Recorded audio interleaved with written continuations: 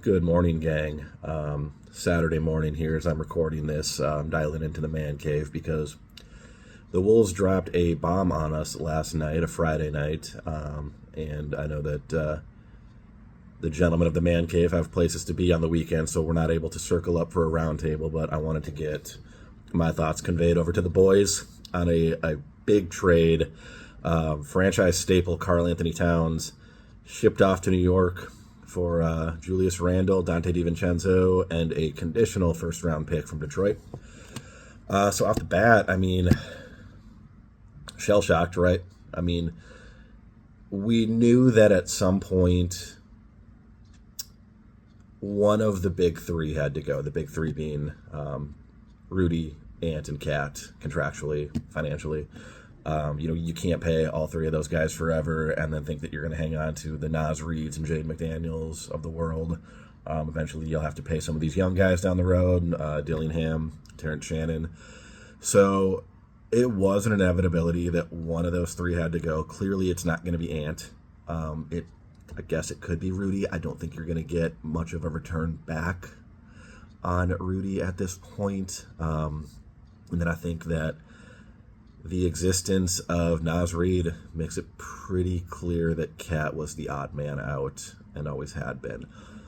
I think I speak for a large portion of Wolves Nation when I say that I knew it was coming. I just didn't think it was coming in the summer of 2024. I thought this was a next offseason move. I thought we were running it back with the same squad, some continuity, the same front seven. So this is a bit of a shakeup, and yeah, like I said, it's very much a financially motivated move, which does kind of sting coming off a Western Conference Finals berth in a year where you have championship aspirations. But after digesting the move overnight and this morning, I don't know that we lose a ton of productivity, to be completely honest with you. I love Karl-Anthony Towns. I was hot and cold on Karl for most of his tenure with the Wolves, as many were. I mean, let's just call it what it is. His 2022 playoff performance was disastrous. And there were nights where, he had you banging your head against the wall. The offensive fouls and just the relationship with officiating. There were nights where you're just like, man, he's so talented. But, I mean, I'll stop short of saying a head case because he wasn't a head case, but there were just some mental blocks for him that got in the way all too often. I think this year, though, 23-24 was a revelation for Karl. I loved what I saw from him in the Phoenix series, in the Denver series. So, you finally got to see Karl become what I had hoped that we would get out of Karl for his entire tenure here. And I was proud of him. I was proud of the way that he D'd up on Jokic and the way that he handled Kevin Durant. I mean, look at that. The guy was assigned Kevin Durant and then Nikola Jokic on defense and didn't miss a beat for those two series. So, man, that's tough to swallow. After, an on and off 9 years with Cat, his best year clearly being the most recent year, to ship him off now does kind of sting. And it does, as I mentioned in our off-season review with the boys,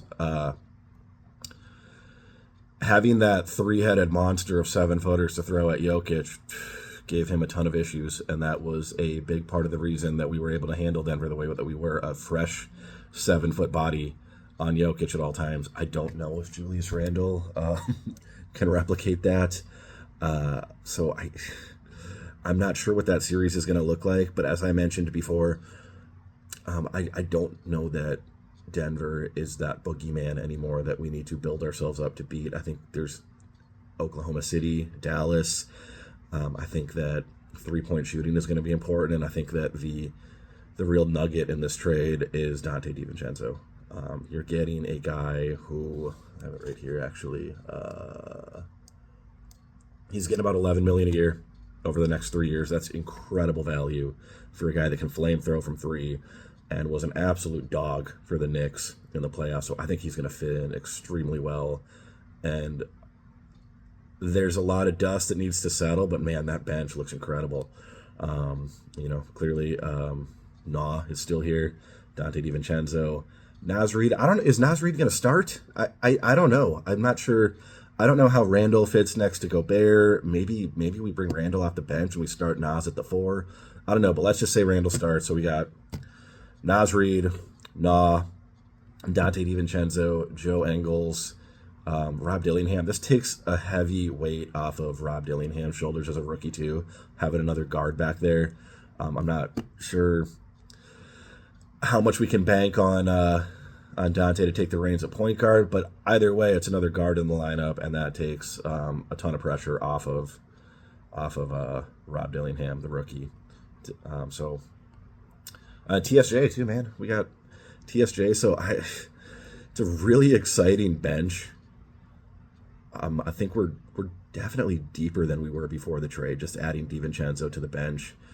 So I don't know that we lose a ton of productivity.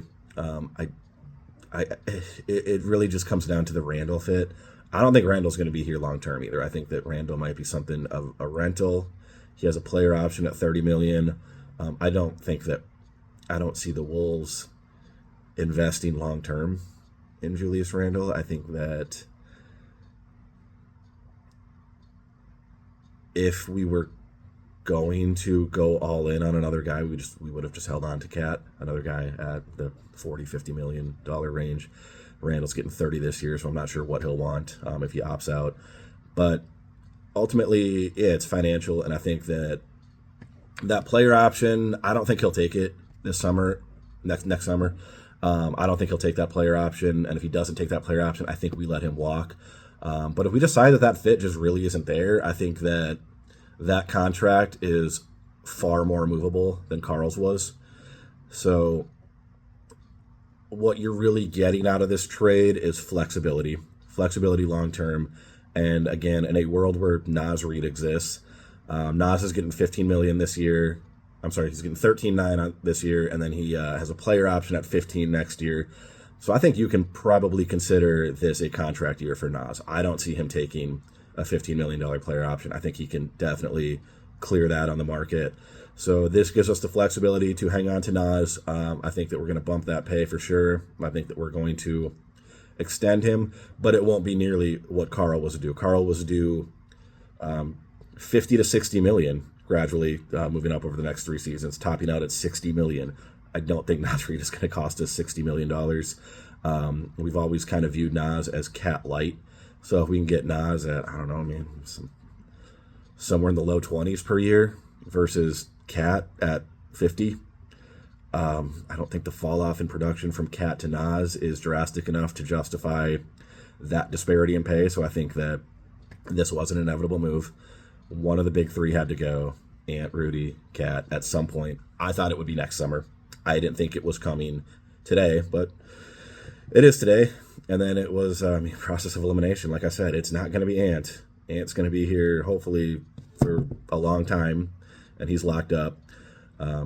Rudy's just not terribly movable, and Karl fetches you probably the best return out of anyone outside of Ant, who we're not trading.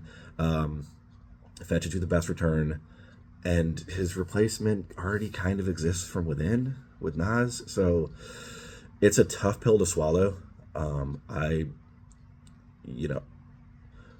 Issues aside with Cat on the court over the last handful of years, the fouling, the complaining to the referees, really good person, staple in the community, really good guy. We're going to miss him. I know there's a ton of emotion going on, reading the message boards and Twitter and comment threads, and we did Cat dirty. He gave us 9 years and bled for the community, and then this is how we do him. Well, you're making $50 million, man. That's kind of comes with the territory. When your employer is paying you between $50 and $60 million, there's going to be some drawbacks, and in the NBA, this is one of those drawbacks that exists. You might be shipped off to a new home overnight. And for Cat, he's a Jersey guy. He gets to go home to New York. It will be interesting with some of the headaches that we as Wolves fans have had with Cat on the court over the last 9 years. Again, not all bad. Several good moments, but yeah, I mean, that 2022 playoffs, man. If you perform like that in Madison Square Garden, it's going to be I don't know how that crowd is going to handle your franchise cornerstone fouling out in the second or third quarter. So hopefully Cat's up to the task. I'm pulling for him. I truly am. I think that he has grown immensely, especially in the last season and a half. So it really does. It sucks to say goodbye now when we're finally getting the player that we had always hoped that he could be. Proud of him. I'm pulling for him. At the end of the day, I guess to just really put my thoughts into a nutshell, it was an inevitable move. It was inevitable. It had to happen. We can't pay 3 guys $50+ million a year long term and then think that we're going to hang on to everybody. So somebody had to go. And this was always kind of the obvious answer. I think that we're all just a little bit shook by the timing of it. I really thought we would run it back.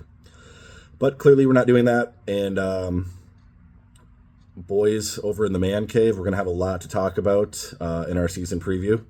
Not going to be quite the run-of-the-mill season preview that we thought that we had on deck. We're, a lot of changes since we spoke last. So I'm excited to connect with the boys and get everyone else's thoughts on this trade. But I just wanted to tap in and send my thoughts your way. Hope everyone's having a good weekend. And hope that we can connect very soon and discuss this absolute blockbuster in Timberwolves land. So, all right, gentlemen, we'll talk soon. Thank you.